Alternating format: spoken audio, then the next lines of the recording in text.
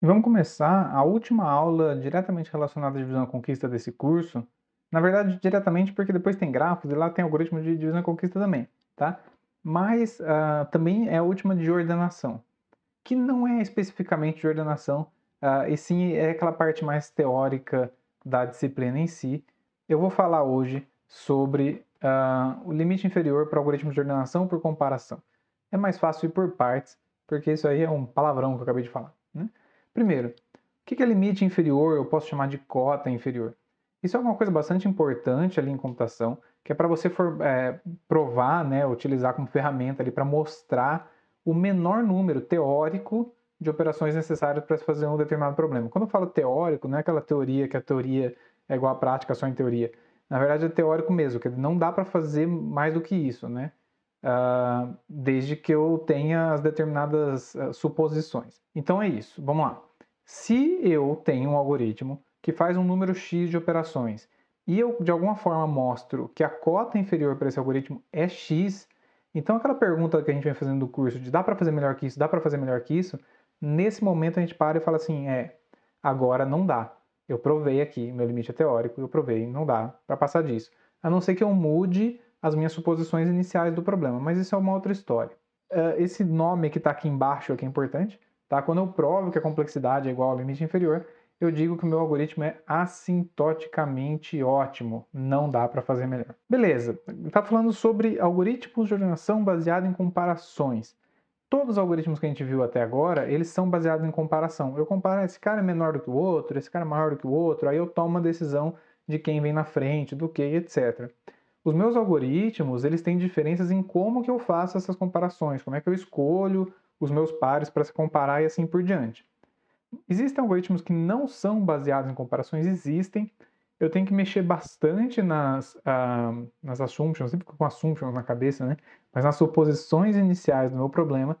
E existem alguns algoritmos, como counting sort, radix sort, que não precisam das comparações, mas eles têm umas suposições bem fortes. Eles podem ser aplicados só em alguns contextos específicos. A maioria dos algoritmos é sim baseada em comparação.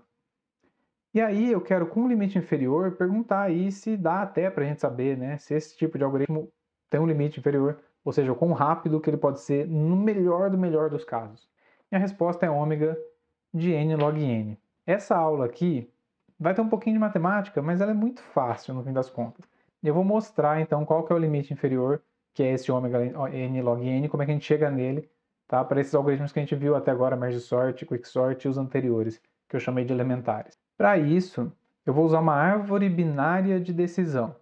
Então a gente já sabe que é uma árvore binária, eu espero que você saiba quando você chegou aqui, tá? Mas basicamente eu vou ter um nozinho de decisão e essa decisão ela é binária, ou seja, ela pode ser uma coisa ou outra e não ter três coisas diferentes. E aí eu vou representar as decisões possíveis de um algoritmo de ordenação baseado em comparação usando essa tal árvore binária de decisão.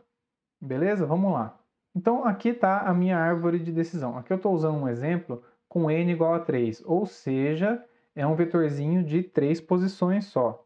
E aí o meu vetor está da seguinte maneira. Então esse vetorzinho aqui, ele tem 3 posições.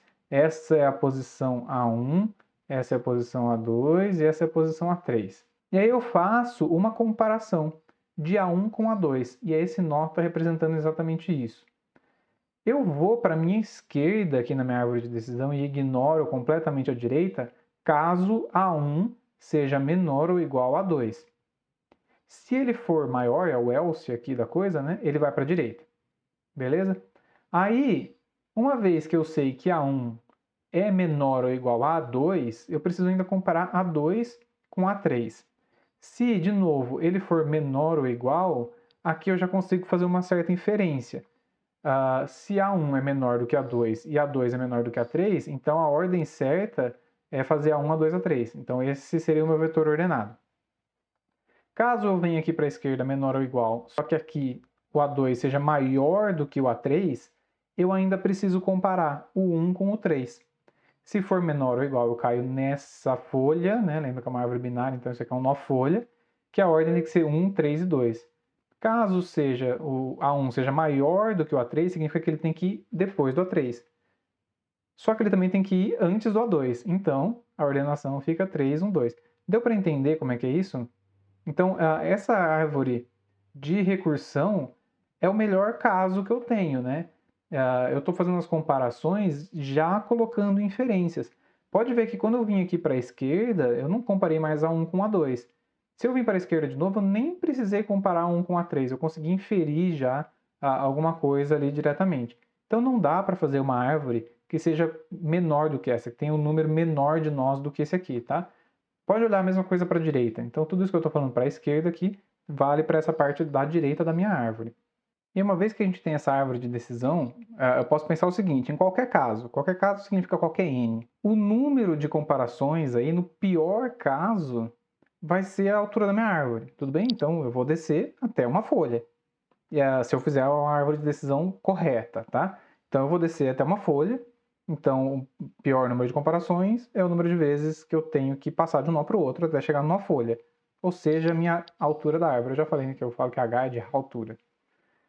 Então, se a gente calcula um limite inferior para essa altura, a gente também está calculando qual que é o pior caso para o meu número de comparações. Quer dizer, no caso, melhor. Deu para entender isso? É meio confuso quando tem mini e max tudo junto, mas basicamente eu estou minimizando a altura da minha árvore, e aí o pior caso para essa árvore pequena é quando eu vou para o galho mais longe do meu nó inicial. E aí eu falo, ó, se eu tenho uma árvore que tem altura H, um algoritmo, eu consigo chegar nessa altura H, né, com comparações, um algoritmo bom é aquele algoritmo, né, com a cota inferior e tal, dessa altura dessa árvore que eu estou falando.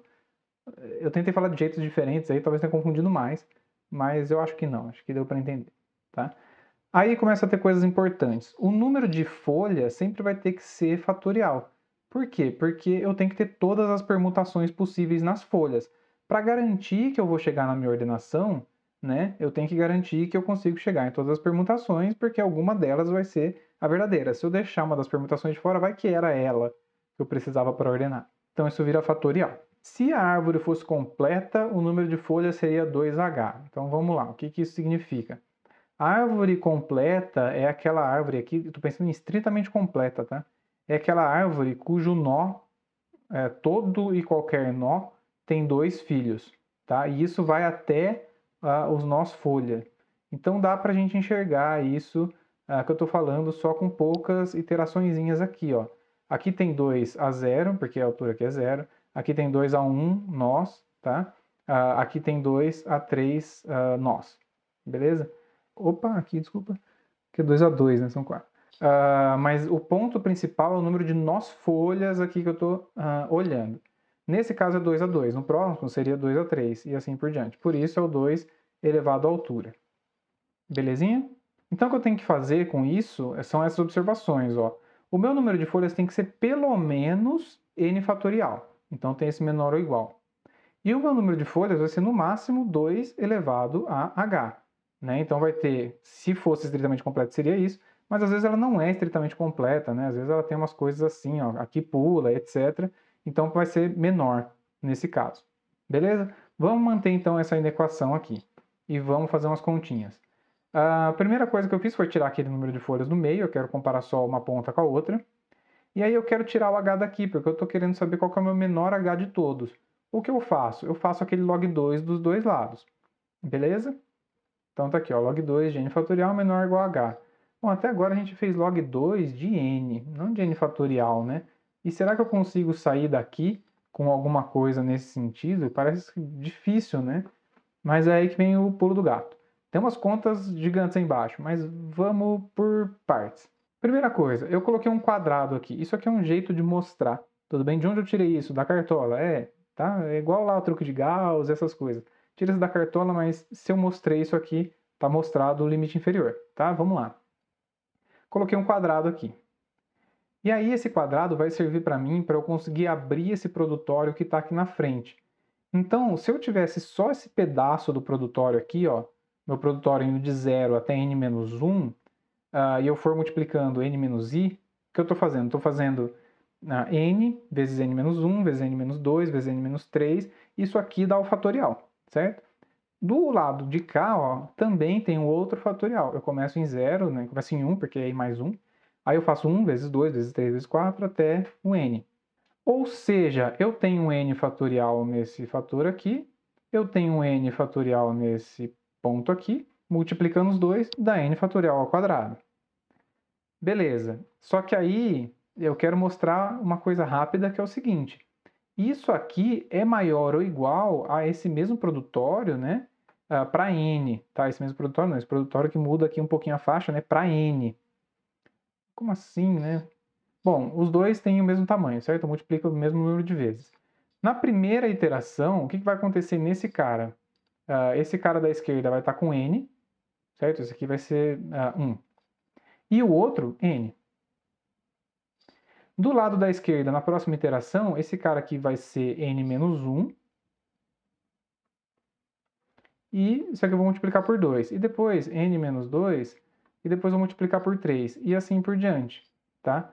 2n menos 1 é maior do que n. 3n menos 2 é maior do que n. Então esse aqui é maior ou igual, né? Esse aqui é maior. Esse aqui é maior. Então, esse cara aqui é verdadeiro. Tá? Isso aqui não tem como ser maior que aquele lá. E isso aqui é n elevado a n. Justo? Porque eu multipliquei n vezes. Caramba, né? Que conta. E aí, o que eu faço com isso?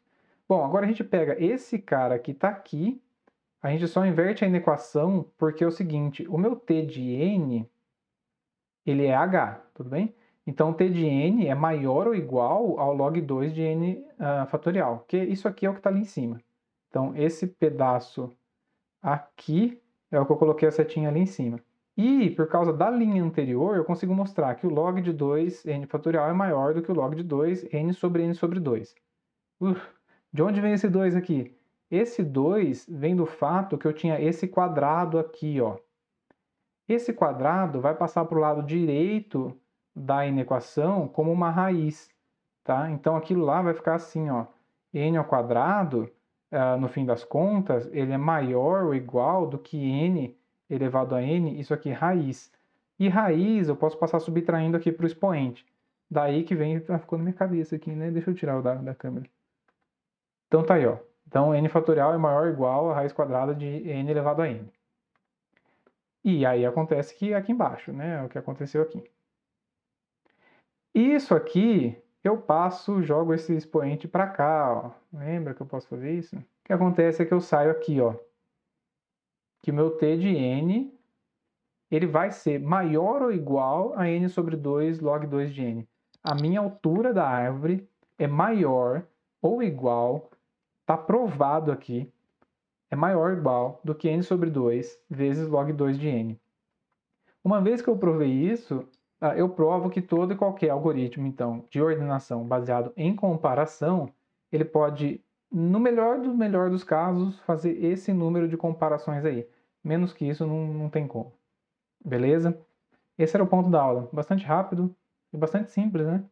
Então, já que a gente chegou no como queremos demonstrar, então acabou a aula, vamos para a próxima.